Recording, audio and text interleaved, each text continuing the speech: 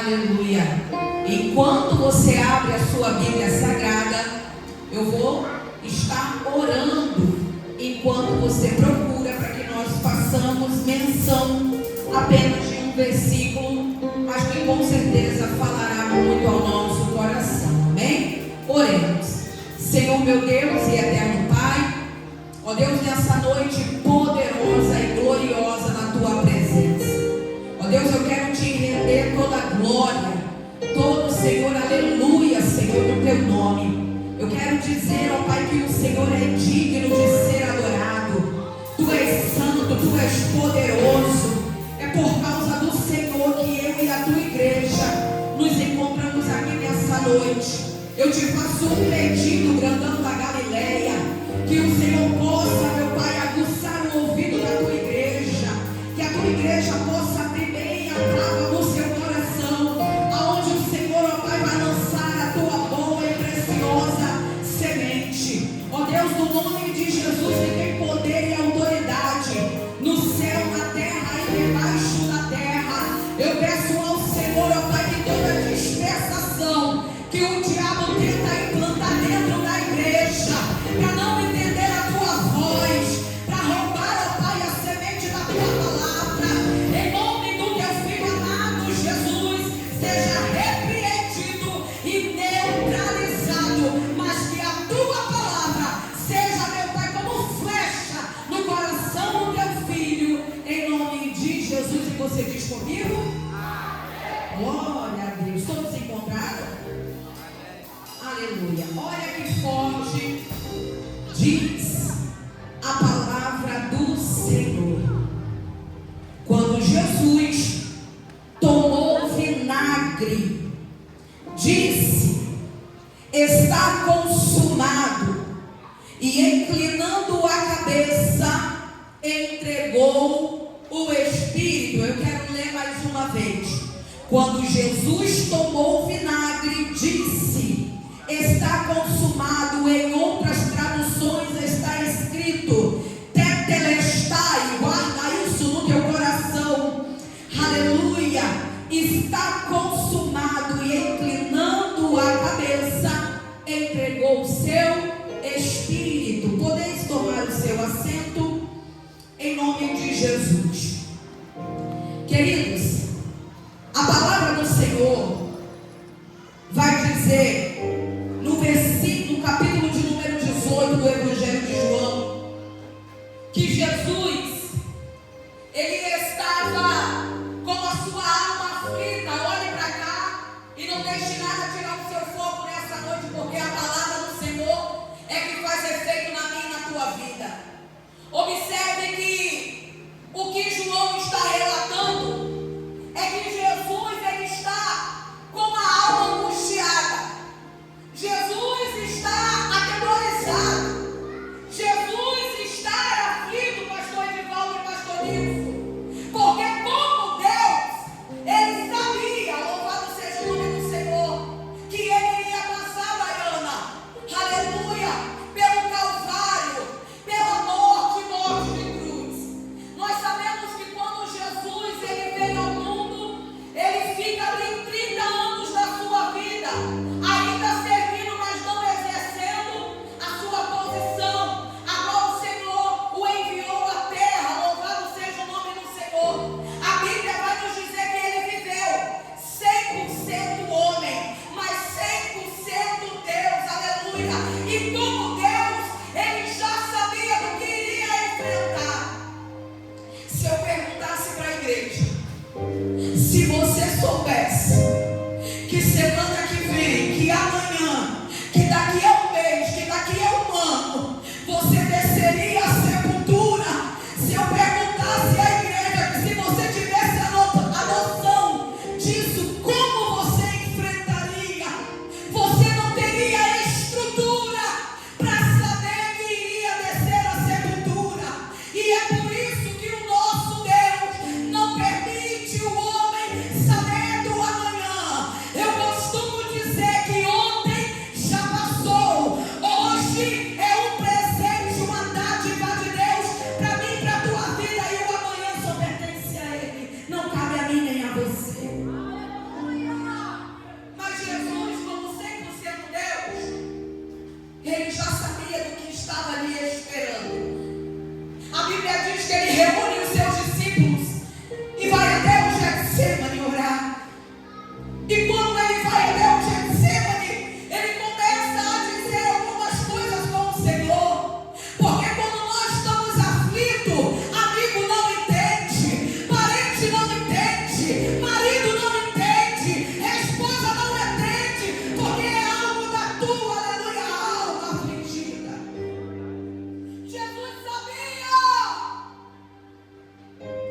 discípulos não entendiam.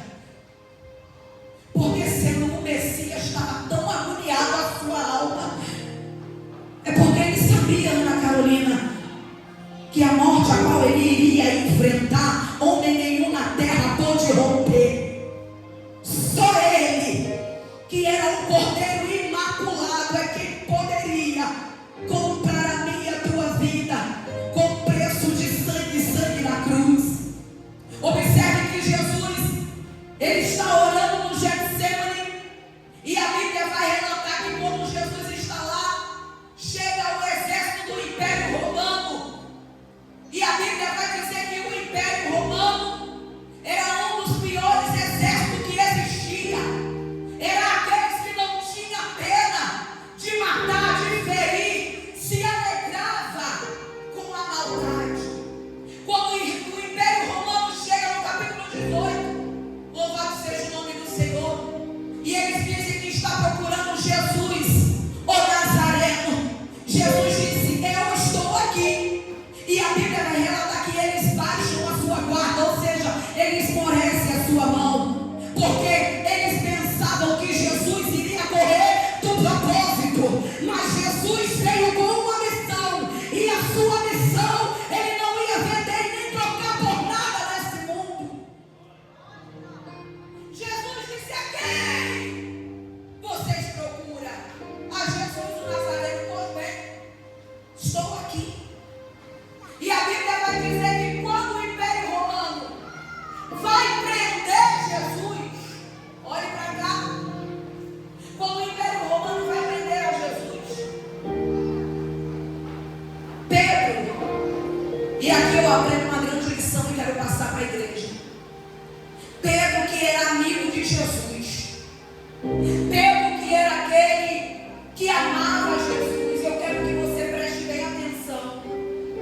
Existe amizade na minha e na tua vida, e quem está falando não sou eu, é a palavra. Existe amizades que o próprio Deus vai cortar da minha e da tua vida. Me pergunta por quê? Está muito fraco, por quê? Porque não anda lá no alarme do propósito.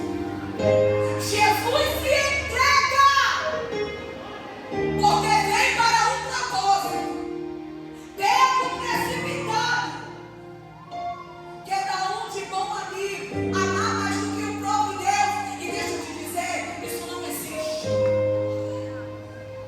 Se Deus te colocou em um lugar, em alguma situação para viver, rompa ela com Ele, porque no final tem coisa boa para mim e para você. Observe que o cálice é amargo. Jesus se dispõe porque sabe para que veio. Pedro, agoniado, diz: apanha a espada da bainha e corta a orelha de Malco. Quando Pedro corta a orelha de Malco, Jesus vai dizer assim para Pedro, e chamou muita atenção. Jesus olha para Pedro, pastor Nilson, pastor Edivaldo, e diz assim: porventura não vou fazer o que o Pai me enviou para fazer? Ou seja, olhe para cá. Pedro era alguém que Deus estava forjando, sim ou não? Sim. Pedro era alguém que estava em tratamento, mas ainda não era glorificado. Pedro, com a sua precipitação, dava legalidade ao diabo. É a Bíblia que me ensina. Por quê, pastora? Porque a única pessoa que não queria que Jesus fosse para a cruz do Calvário era Satanás. Porque Jesus na cruz do Calvário, aleluia, ele confirmaria, ele executaria tudo aquilo que homem nenhum na terra pôde executar. Pedro vai cortar a orelha de Malco, dizendo: Jesus, eu te amo, eu te protejo. Mas se foi ele que preparou esse vale para mim e para você, confia, porque ele não abandona um filho seu. Pedro precipitado.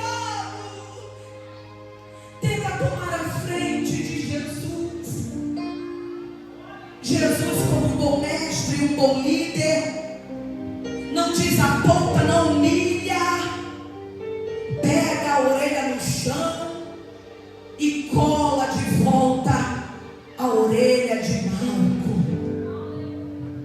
Observe que quando Jesus faz isso, até parece que Jesus ele está camuflando, aleluia, o erro de Pedro. Mas não, querido, se Jesus não faz nada naquele exato momento, todos eles morreriam e a igreja não cresceria como o Senhor já tinha implantado para fazer e para ser. Então Jesus ele vai colocar no lugar. A Bíblia vai dizer, queridos, que ali começa o grande flagelo na vida do nosso Senhor Jesus. E hoje é culto de Páscoa e de Santa Ceia. Eu quero dizer para a igreja que não foi coelho que deu sangue por você, não foi chocolate, cacau show, Copenhagen, sei lá o que entregou uma vida por você. Eu quero dizer para você que me ouve aqui nessa noite que você não é qualquer um, você não é mais um, você não é alguém perdido, você não é um acaso diante da sociedade, você é alguém que Deus, aleluia, comprou com sangue de cruz, dizendo que você é valioso, é preciosa, é precioso para Ele. Ali começa a grande demanda, a agonia de Jesus. A Bíblia fala que na madrugada eles julgaram o Senhor, aonde ninguém saberia.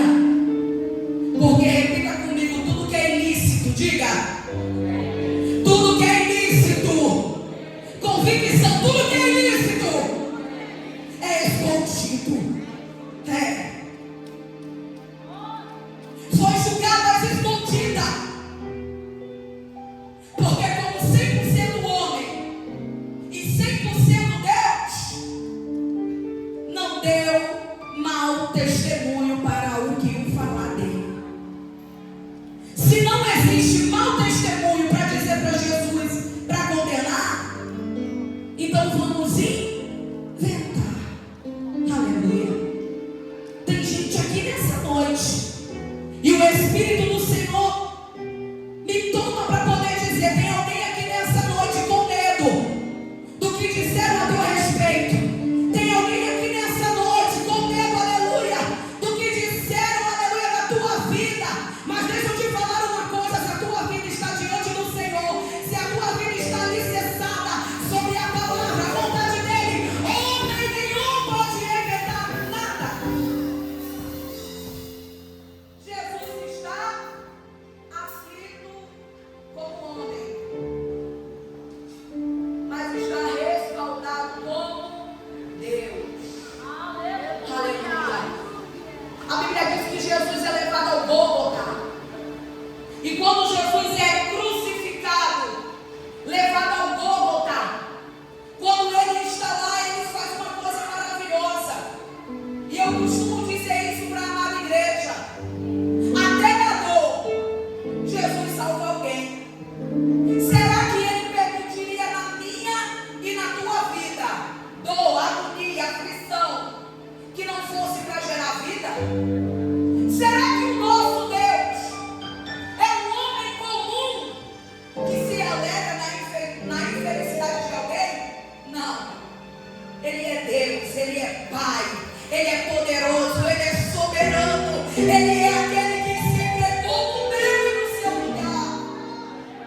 A dor que Ele está permitindo eu e você vivenciar, é Ele provando alguém, dizendo: tem solução para você, tem vida também para você. Prova isso, pastora, prova. A Bíblia diz que quando ele estava no Gólgota, o Senhor foi colocado no meio e dois ladrões, do lado direito e do lado esquerdo.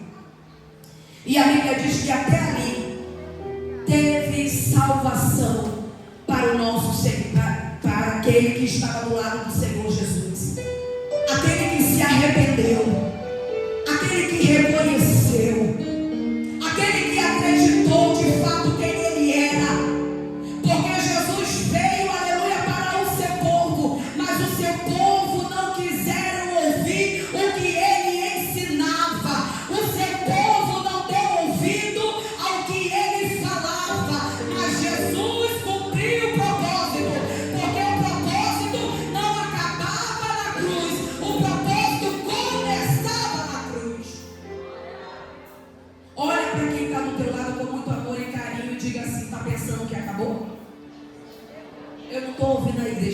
pensando que acabou?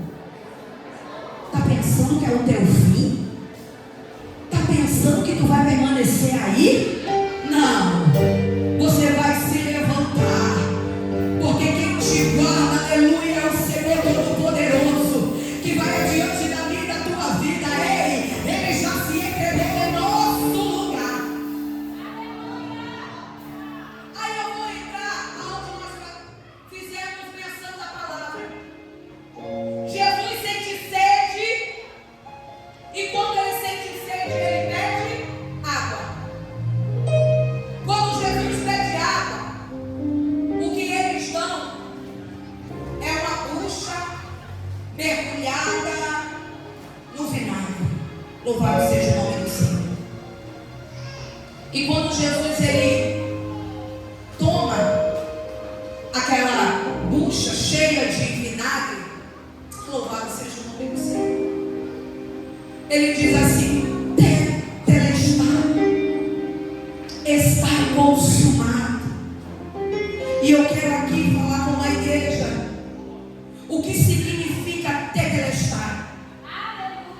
Tetelestai no mercado ou no comércio para os dias de hoje significa uma dívida paga, uma dívida liquidada, que não tem resíduo para ter juro para te cobrar depois. É uma dívida quitada. Tetelestai. Tetelestai, judicialmente falando, é a sentença que foi cumprida e não existe resíduo. Tetelestai foi pago. Na guerra, tetelestai é a batalha que foi vencida. Aleluia. Na teologia, tetelestai representa o amor de Cristo, que cumpre todo o plano de salvação. Tetelestai, não há acusação para mim nem para você. Não há, aleluia, dívida que o mundo possa nos cobrar. Por quê, pastora? Porque foi tudo pago. Deixa eu dizer uma coisa para a amada igreja. Talvez você não tenha ciência disso, mas já que nós estamos tocando nesse assunto, no mundo físico, o que mais vale é a moeda, o dinheiro. Mas no mundo espiritual, preste atenção, o que mais vale é sangue. Olha para cá para você não perder isso. Sabe por que quando alguém faz um pacto não é aliança, é pacto, precisa ser feito aliança de sangue? Porque no mundo espiritual é o maior poder que tem, aliança de sangue. Jesus, quando ele vai para a cruz do Calvário, ele vai porque ele sabe que precisa levar sobre si todas as nossas dores, todas as enfermidades, todas as acusações. E isso não sou eu que estou dizendo. Isaías, o profeta messiânico, no capítulo 53, ele vai dizer, aleluia, que ele levou sobre si todas as nossas dores, todas as nossas enfermidades, o castigo que nos trouxe paz. Se entregou para que eu e você tivesse vida. E talvez tenha alguém aqui em nosso meio dizendo: eu não fico mais nesse lugar, eu não quero mais esse Jesus, eu não preciso da presença dele. Aleluia. Eu vim para dizer que você está proibido. Você está proibida, porque você conhece a verdade. A palavra do Senhor vai dizer: conhecereis a verdade, e a verdade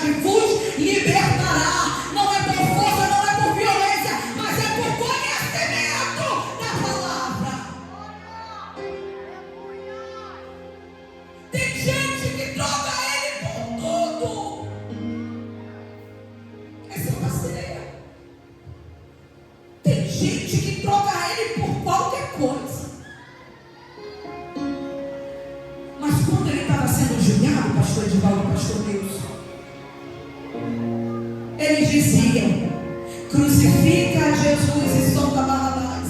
Ei, imagine você fazer um bem para alguém e alguém dizer na sua face: crucifica fulano e solta cicrano. Você ficaria murcho na hora, porque se tem uma coisa que mexe com o coração do homem é ingratidão. Mas Jesus, aleluia, é aquele que suportou por causa de mim, por causa de você. Então se levanta nessa noite. Tu não vai parar, tu não vai paralisar, tu não vai virar estátua de sal, tu vai prosseguir, porque o maior escândalo que ele poderia, aleluia, ter vivido foi aquele. Era como se ele dissesse: eu não quero mais, eu não vou morrer mais por esse povo que eu dou a vida e eles me crucificam. Ei, olha para cá, que é com todo amor e carinho, viu? Aleluia. Vamos parar com essa história de que tudo dói. Vamos parar com essa história de que tudo machuca. Vamos parar com essa história feia e mentirosa que o diabo implanta e o povo não vive, aleluia, a palavra e não entende o que está escrito e vai como moda do mundo. A igreja nos perdoe se a gente machucou. A igreja não machuca ninguém. Igreja levanta, capacita, mostra o engano para que você não viva dele e não seja consumido com o mundo. Vamos parar com essa história de que eu não fui notada na igreja. Ei, reconhecimento é do IML. Reconhecimento é do IML. Aqui dentro tu é servo, aqui dentro tu é submisso, aqui dentro tu ouve a voz dele e pratica o que ele te ordena. É Santa Ceia. E eu nunca vi, oh meu Deus, dá até vontade de chorar, porque eu olho não para os irmãos, mas para a minha própria vida um tempo atrás, quando ele iria me resgatar. E eu dizia: agora não, eu estou de boa aqui, mentirosa. Queria viver as vontades da carne, o engano, os prazeres, as delícias. Porque se eu disser na igreja que a carne te dá coisa ruim, eu estou mentindo. A carne dá coisa boa para saciar a carne, mas aflige o espírito. O Senhor chamou eu e você aqui nessa noite para dizer: viva no espírito, tome posse do que ele tem para a tua vida. Se apruma hoje, entra no prumo hoje. Para de colocar culpa em fulano, em cicrano, porque não há culpa. A dívida já foi paga ao meu e ao teu respeito. Romanos 8:1 vai dizer que não há condenação para aqueles que estão, presta atenção, não há condenação para quem está vivendo na vontade do Espírito. Mas olha para cá. Então o que me condena é os pastores? Não. O que me condena, pastor, é não dar o dízimo? Não. O que me condena, pastor, é estar no culto todo dia? Também não. O que te condena é você já saber da verdade, mas preferir viver na mentira. O que te condena é Deus mostrando o caminho da salvação, mas tu querendo ir para o caminho da perdição. É Santa Ceia do Senhor e eu preciso falar. A igreja foi constituída para isso, para ensinar. Jesus nos deu a maior forma de amor. Observe que o amor de mãe para filho, filho para mãe ou filha, é um amor em troca. Eu dou e eu recebo. Pelo menos na minha casa é assim. O amor de marido e esposa também é uma troca. Eu dou e eu recebo. Agora, o amor que Ele nos oferece, o amor que Ele se entregou por mim, por você, sendo santo, sendo justo. Aí nós entramos para dentro da igreja e dizemos assim: você não sabe do meu problema, não sei, não quero saber, e Jesus não me revelou para que eu soubesse. Mas eu quero te dizer que isso não é, aleluia, a forma que tu tem que conviver. Tu tem que se levantar, porque Ele se levantou por causa de mim e de você. E outra, não tinha pecado imaculado. Ele se entregou no meu lugar. Se isso não muda a nossa forma de pensar e agir, não precisa procurar as cartas de Paulo, não precisa procurar Marcos, Lucas, não precisa procurar, aleluia, profeta na Bíblia, porque não teve nenhum que suportou no meu e no teu lugar o que Jesus suportou. Não teve nenhum que pudesse nos comprar a preço de sangue como Ele comprou. Não existe nenhum que, com medo, o coração aflito, diz alguns historiadores que Jesus, quando estava no Getsêmani, ele sangrava, o seu suor era sangue, e isso diz que era tanta aflição da sua alma, a qual ele estava, aleluia, sofrendo, mas ele disse: vai valer a pena, eu vou continuar, eu acredito na restituição, eu acredito no arrependimento, eu acredito, aleluia, numa nova vida, eu acredito numa entrega, eu acredito na vitória do povo de Deus. Olha para quem está do teu lado com muito amor e carinho e diga: vai continuar da forma que está? Ou vai tomar Jesus como exemplo e seguir a tua caminhada? Vai se posicionar para viver o que Ele tem para a tua vida? Ou vai ficar colocando desculpa em fulano ou em ciclano quando não há?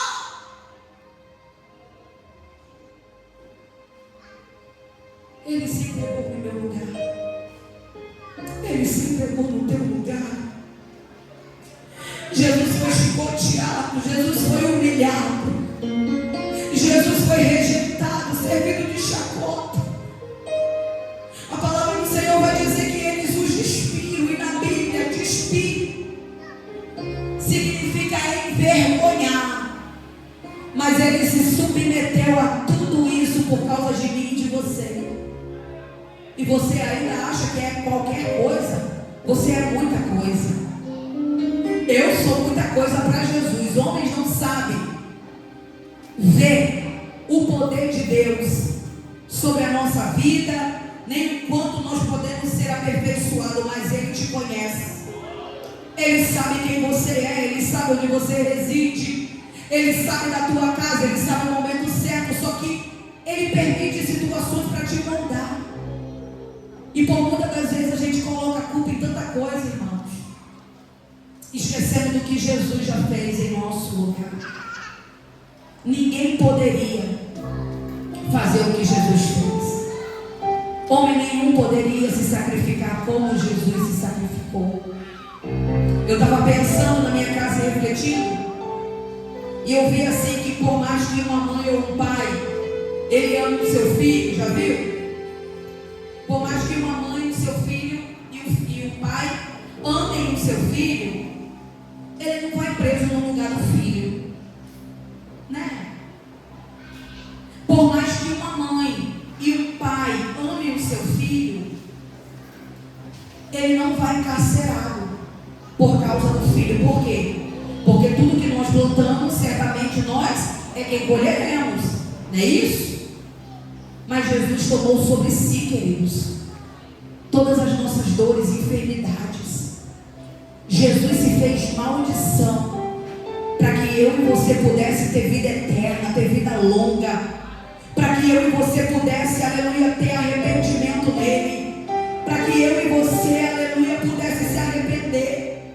Pastor, eu matei, pastor, eu adulterei, pastor, eu fiz isso, eu fiz aquilo, não me interessa o teu passado. Se você aceitou a Jesus, entregou a vida para ele, vive integramente para ele, não sou eu que posso te acusar. Ele morreu para que eu e você tivesse acesso a isso. Redenção, arrependimento. E só Jesus é quem faz isso. Aleluia. Hoje é noite de Páscoa, é noite de morte e ressurreição do Senhor, é noite de Santa Ceia. Eu quero trazer à tua memória o que te faz estar aqui no dia de domingo. Não é a melhor roupa que você coloca, não que isso seja ruim, é bom. Não é o melhor perfume importado que você coloca no corpo, também isso não é ruim, é bom, aleluia. Mas o verdadeiro sentido de eu e você estar aqui é por causa dele. É porque ele se fez maldição para que eu e você fosse bênção gerada nele. É porque ele morreu no nosso lugar, aonde nos dá condição de viver vida plena em Cristo Jesus. Por isso, nessa noite, eu peço aos irmãos que se coloquem sobre os vossos pés. Aleluia. Não você enfadonha. Eu quero que você entenda, com a boa palavra do Senhor, que tetelestai, a dívida foi paga. Aleluia. E ninguém pode te acusar.